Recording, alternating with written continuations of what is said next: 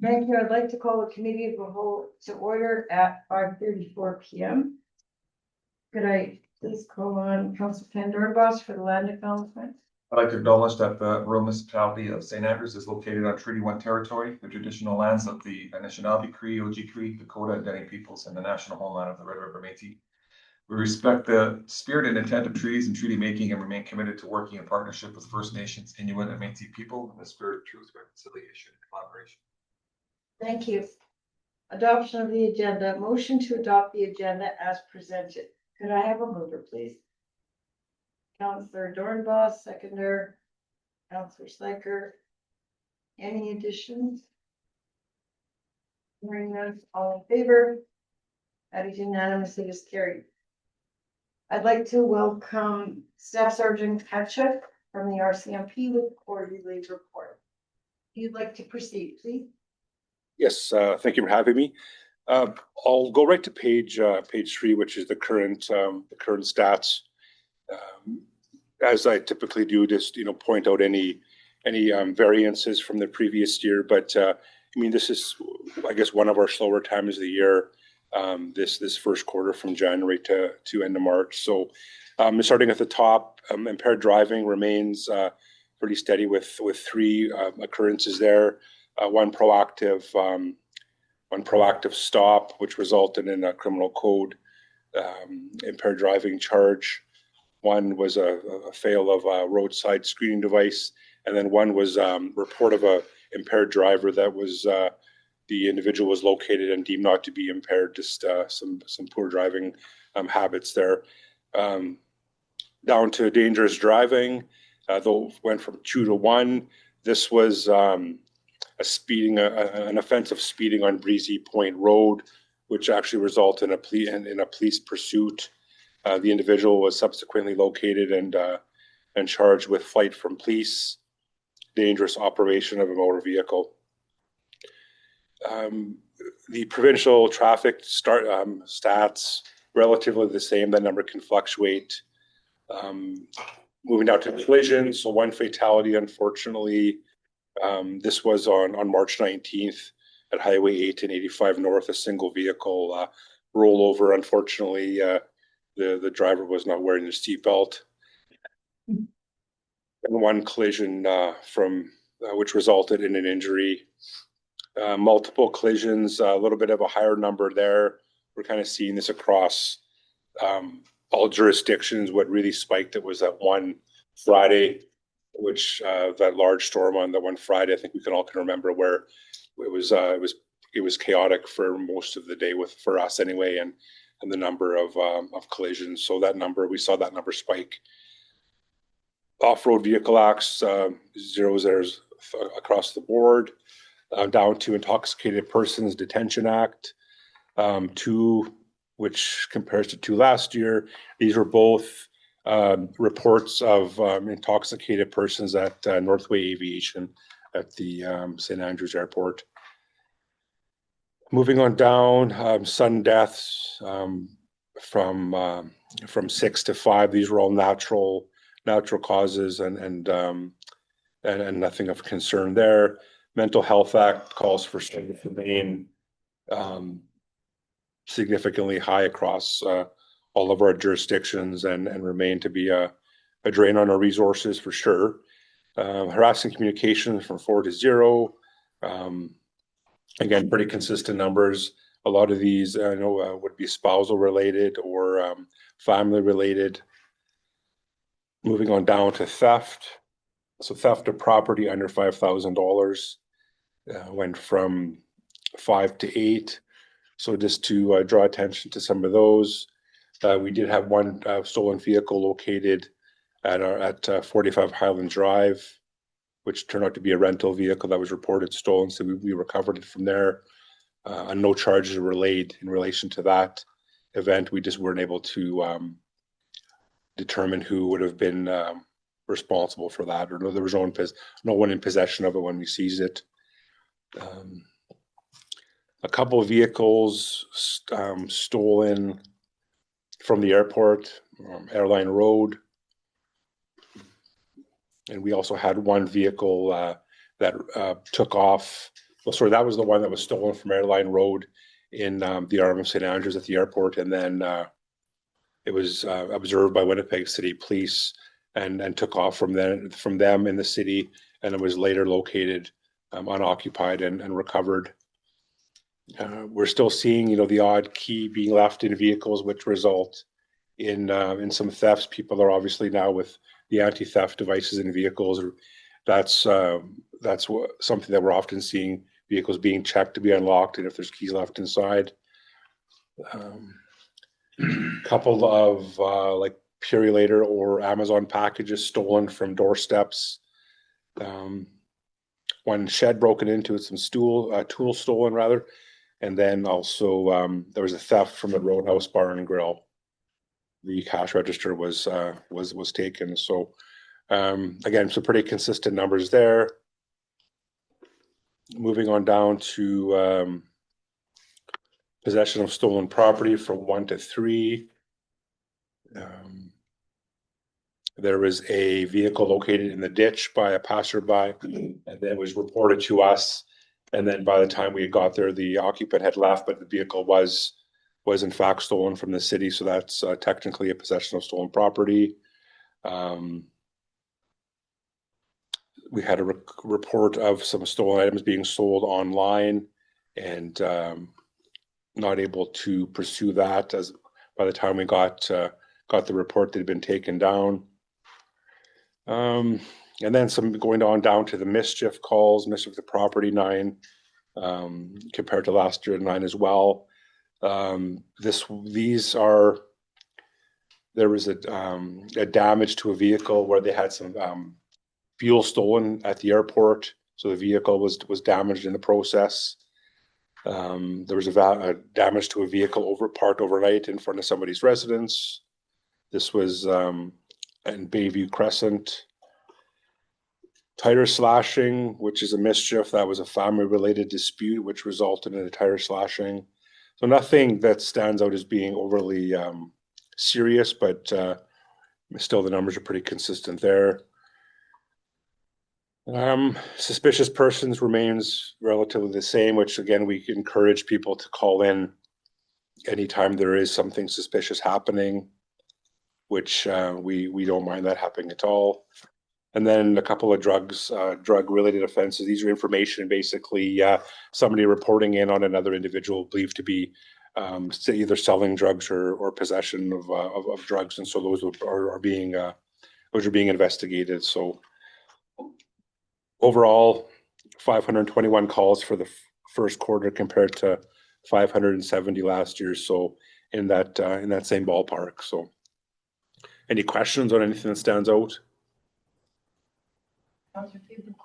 For the calls with Mental Health Act, the hours spent at the hospital, does that still remain pretty much on par from last year to this year? Is that getting any better? Is there programs that are starting to be implemented yet? Yeah, I would say there's been an improvement since last year, and we're using a program that's called Health IM.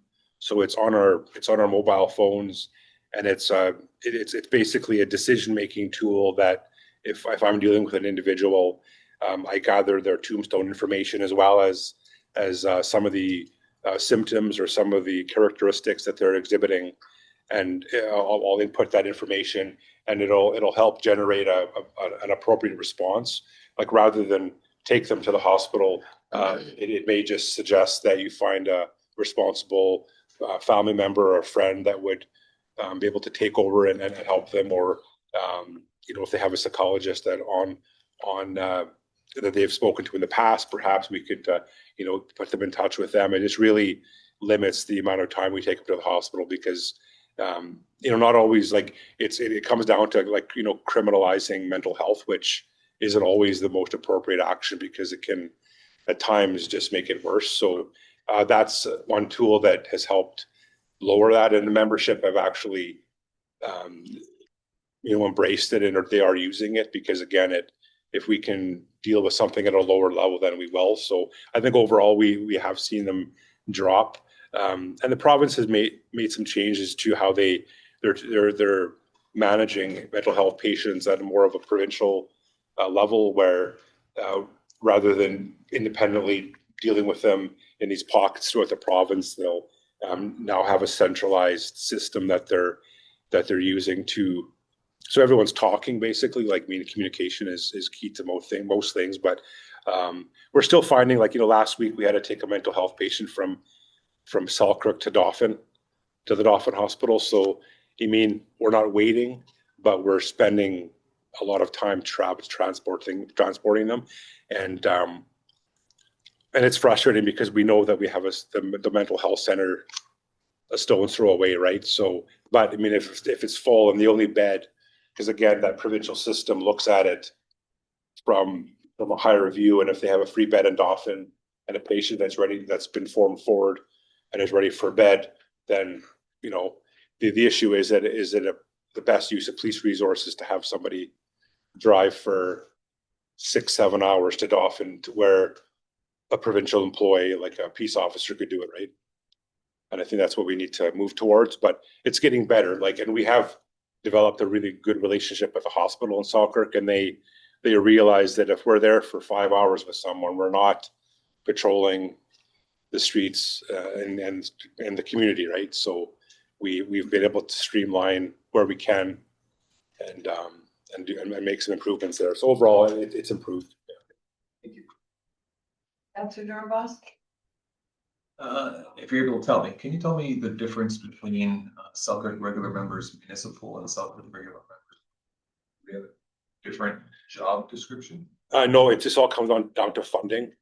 Yeah, so we have certain number of positions that are funded by the city of Selkirk, and then like we have 18 members that are funded by the city of Selkirk, and the remainder are the provincial.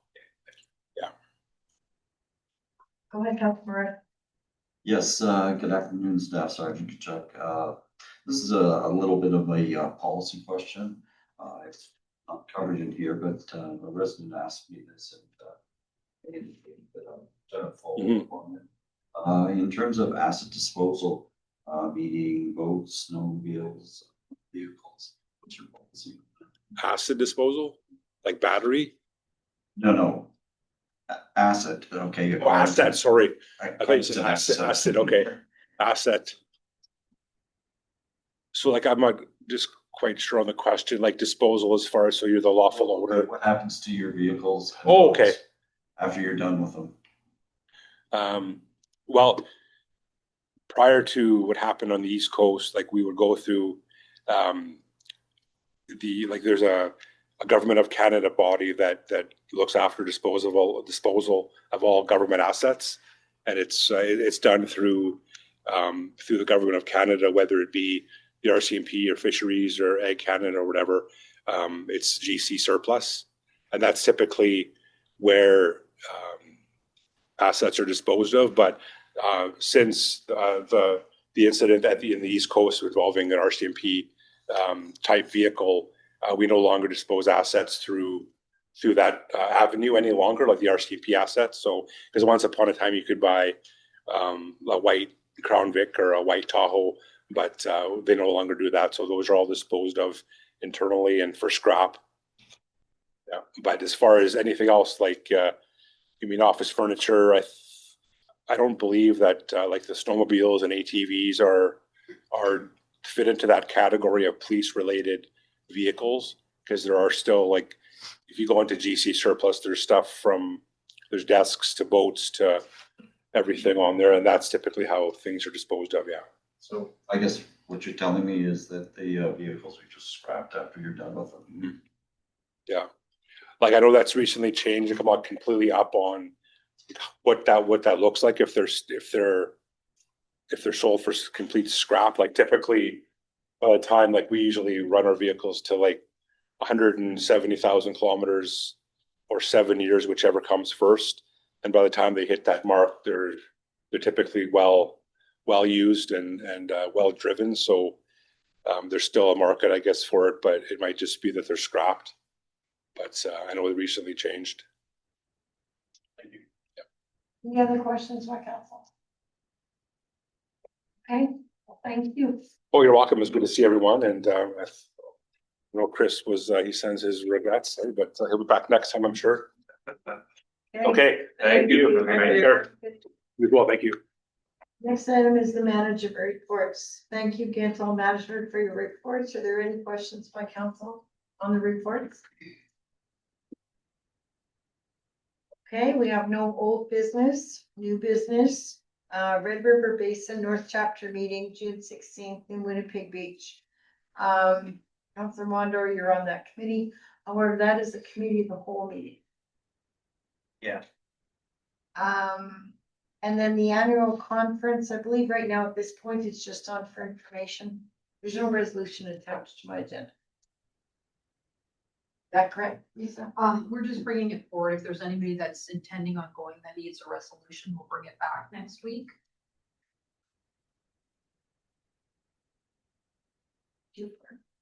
Anybody in advance going, feel that this time that they're going, or we can wait closer to the conference as well? I'm gonna ask about the chapter meeting. That doesn't start until 7 o'clock, correct? Yeah. So. We Hours can don't drive take, from here to there. yeah, cows don't take, you know, Cause Too long. I was kind of wondering if I wanted to come to this, but that as well. Well, we don't know what's on. I know we've got a delegation coming from ITA so far.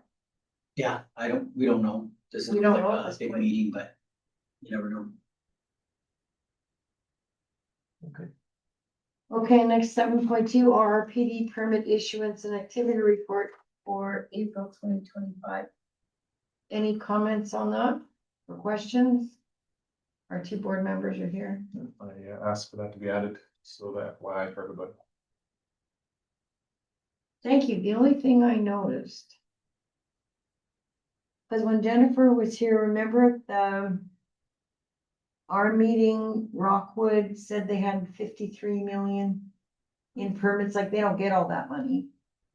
I think that figure has got to be, something is wrong with that because, 53 million. yeah, because in my last report, it went up from 24 million to 53. He gave it at his arms in his report. That's right. but they're involved with South Interlake, which is Centerport, so. Oh, so that was. That's why, yeah. So. He said though, arm of Rockwood. Wasn't the Ross or Centerport is in Ross? The planning division of South Interlake Planning District, so Looks after them the all. district might have that much in growth. I don't know. I'm just, See, I'm just going by, it was the arm of Rockwood report. Roster had the report the same night too. I do know from the research I did, the South Interlake, when they break out their year-end thing, it breaks out for each RM that is under their envelope. It tells them how much money each one made, how much Oh, everything that's cost. actually fine. Would you mind checking?